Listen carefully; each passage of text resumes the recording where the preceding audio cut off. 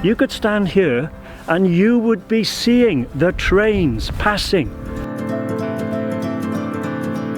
And it's all about bringing the community together. Absolutely. And celebrating our heritage.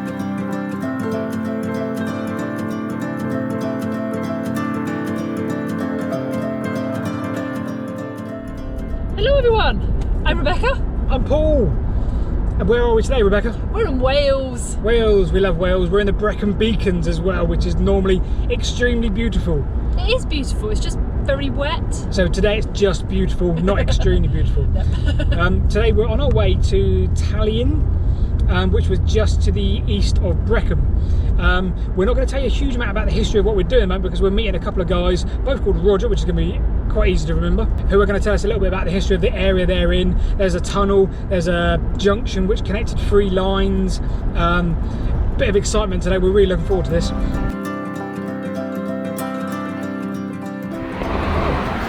Right, so here we are with Roger and Roger. Welcome, Roger and Roger. Hello. This is going to be an ongoing bad joke all day long, I think. Yep. Roger and Roger. It's a bit like the Daves at Swindon Heritage Railway, right? Yes, definitely. So Roger has lived in the village for a number of years. Yes, 1955. Well, okay, so Yes. you definitely remember the railway. I do. Roger is relatively new, but I say relatively new, that's not really the case. You've been here a decade. Roger. Just under a decade. Fantastic. Yeah. So where are we now? Well, we are standing in the grounds in the front garden of a house called Drostra, and the house overlooks Llangorse Lake, which is in the distance, beyond which we've got the Black Mountains, and you've got Hereford over that way as well, Yeah. and so on.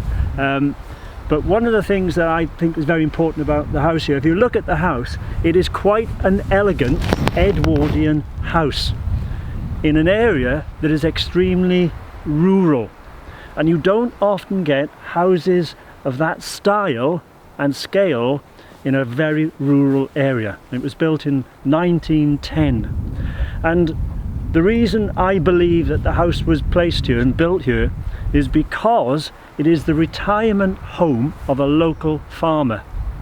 The farmer had his farm up at Drostra, a few miles from here, and on retirement he decided to have a house built specially for him here at this very spot.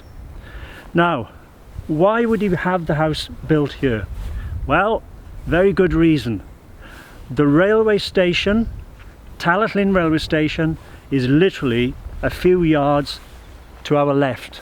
2 railway lines coming across in front of us, one from our right, which is from the direction of Merthyr, southwest on the map, and then beyond that, where you've got the escarpment of the Black Mountains, you've got then the line coming down from Hay, which is the Midland line. That's right. So the one to the south is the Brecon and Merthyr. That's it, the Brecon and Merthyr. Yeah. From the southwest. Torpentine Tunnel. That's it. And Yes. Talyllyn, and then Yeah. you've got the line coming from the northeast that comes from Hay, the Midlands in fact, and that they both met at Talyllyn, and that is absolutely critical, I think, to the importance of the Talyllyn station and junction. So going back to 1910, the house has just been built.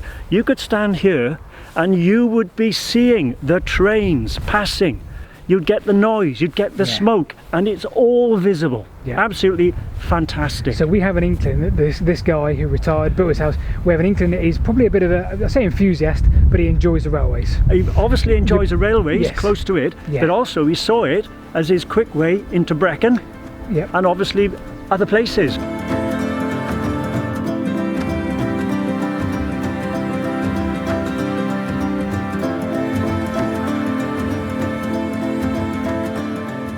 We always say we like where a community's got together and they've done something, or sometimes there is access to an old station and they've done it up.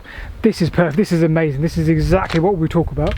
This is the museum that Roger and Roger and part of the History Society have constructed. And so did you acquired the box? We acquired the box, yeah. the original place, but everything around here we have done by fundraising, grants from the Brecon Beacons Parks Authority. Yeah. We're very supportive.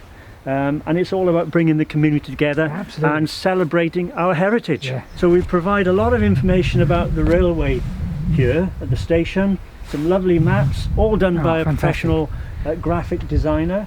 We've got photographs in the booklet there that Roger's holding. So you've got that there, and if you lift that up, inside we have a memory book where anyone Wow. can write down memories, Yeah. particularly of the time when they were living here during the railway time. They can put some personal memories down, and then even if we get visitors who may have something to say about the area, can write something in there. Oh, You wow. know. So you are here, yes. This is where we are. This is the road to Pennorth. There's the junction over there. Yeah. The railway station was there. Yeah. But if we start from the beginning, the Midland Railway comes in this way. Yeah. And this was their first station. Okay, yeah. And but the Brecon to Merthyr managed to open their line 2 years before the Midland got here. Oh, really? Okay. So it meant they had to go down here, reverse back out, and off to Brecon, which obviously took them quite a long time. Yes. So they said, we've got a goods depot here outside the tunnel, Yeah. we'll build our own station. Okay. And then this station remained open until 1878. And Wow. eventually then this station closed. So sort of 10 years later, or just under 10 years later. That- that's right. Yeah, they deemed. And this station became quite a large affair, as you can see from this Yeah. photo. We had the refreshment rooms on the station, Right. And this is the on this yeah. Okay. yes. And we'll see this building when we go down there. Yeah. And these are the last proprietors here, Mm, Bill and Violet. yeah. But of course nobody took any photographs. So No. I'd got this image in my mind, Uh-huh. and Roger being a retired art teacher, Yeah. he said, well, you sketch it out and Yeah. I'll see if I can draw it up. Oh, wow. And we did that, and with the assistance of the people who live in this house, because this is their lounge obviously. Yes. And So you got a rough idea of the layout. Mm. Roger knew Mike Noble, Okay. who was the illustrator of Thunderbirds, Okay. and, As you do. and so he handed my sketches to Mike, and I hadn't put any people in, Yeah. and this is what came back. Wow. And it's absolutely amazing. Yeah. Right. And if we make our way down to Yeah. the station quietly, I said we moved here in 1955, Yeah. and my father kept the car, rented a garage in Brecon, Yeah. and the car was kept in Brecon because we had 16 trains a day, 8 in and 8 out. Right. Wow. So 8:30 in the morning was a school train, Yeah. and there would be probably 20 people in the waiting room, from virtually somebody from every house. Yeah. Yeah. And this time of the year there'd be a roaring fire in Yeah. the waiting room, Yeah. and you'd get all the gossip and Yeah. Yeah. I can Yes. imagine Oh, that wow. being Yes. the place to be Yeah. for the Yes. gossip and the local. From the So, local. as a child, I only saw our family car if Yeah. we were going to Special my occasions. grandparents, or Yeah. Dad brought it home to service it.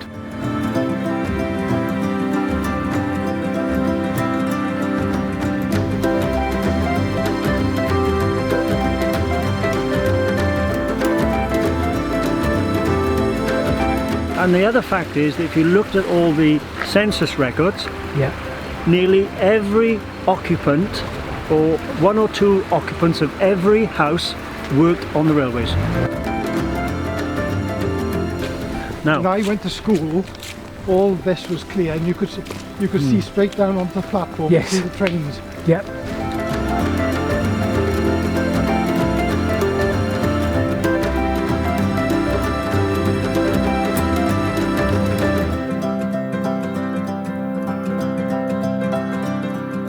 There were three signal boxes in Talyllyn, one on each point of the triangle. Yep. This was the west signal box, which was situated where that little summer house is. Okay. Yep. Right behind us. The buildings on this side, they started from about here with a metal hut, which was the lamp room, Yep.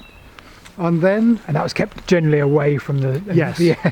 yes, then you had the porter's room here. Yep. Then you had the ladies' waiting room. Yep. With the station master's office on the other side, and then the other side of that was the booking office and waiting room. Okay. And of course the gents' toilets were... Can I have a look at the gents' toilet? Well, you can just see Gents' the, Oh, I see, here we are, just see yeah. the trough in. Here we I are. move Yes. these out the way. You can Yes. see where the Wow. incredible. It's crazy, isn't it? Yes. It's all these little Yeah. things you would never even imagine Yeah. here. Absolutely. And then there was amazing. Still here. the Yeah, penny in the that's slot absolutely toilet incredible. in that gap there.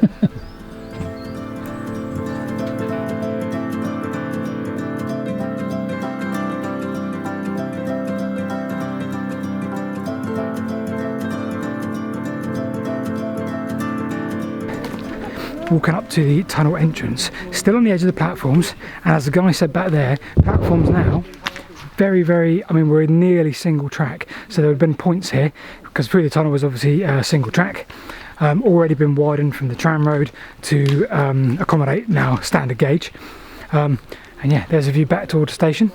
And here are the platforms where they're filling right out now, nearly at the end, nearly on the down point of the platform, and nearly at the tunnel. We're going to try and get some pickies.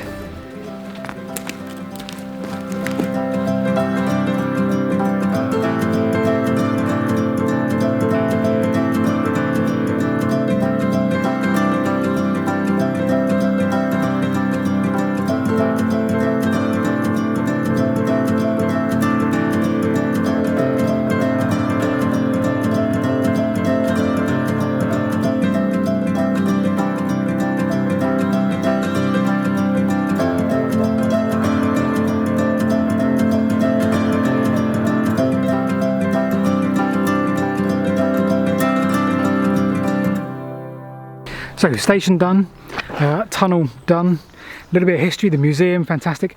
We're running out of time, the light's getting on us. The last thing we wanted to talk about was the massive junction. Yes, it's a massive engine shed. It's about 200 feet long, Yeah, 2 roads through it, yeah, a lean-to on the one side to keep Yeah. an engine in.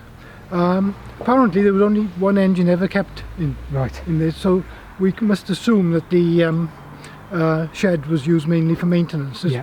There's 2 pits in there, and we found a lot of fire bars, brake blocks and things like that Yeah, in that area.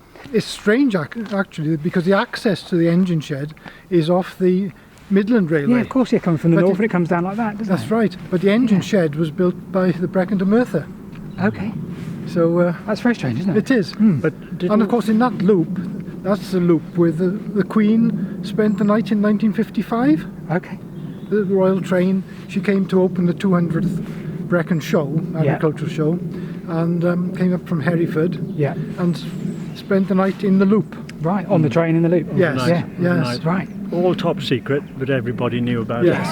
it. Well, of course, in those days, as happens now, I believe, the trains, the toilets, went out onto the track, and Yeah. the train was here for about 16 hours, so they panicked, and they Yes. came round all the houses, begging, borrowing, stealing buckets, tin baths, anything to put under the Yeah, Queen's for the Royal train. Train. Wow. Because of course she had a bath and everything on Yeah. board, didn't she? So we're probably going to sign off very soon because these guys have got to go on. They've got to go on with their lives. We need to leave before it's too dark. So a massive thank you for your time, gentlemen. We really welcome. appreciate Thank it. you. Yes. It's been wonderful. You keep gaining access to the tunnel just so we can get some pictures. That's all we really want to do. Yeah. Get some really good pictures. So yeah, Well, thank you very much, gentlemen. It's very kind. Thank you very much. Pleasure meeting you.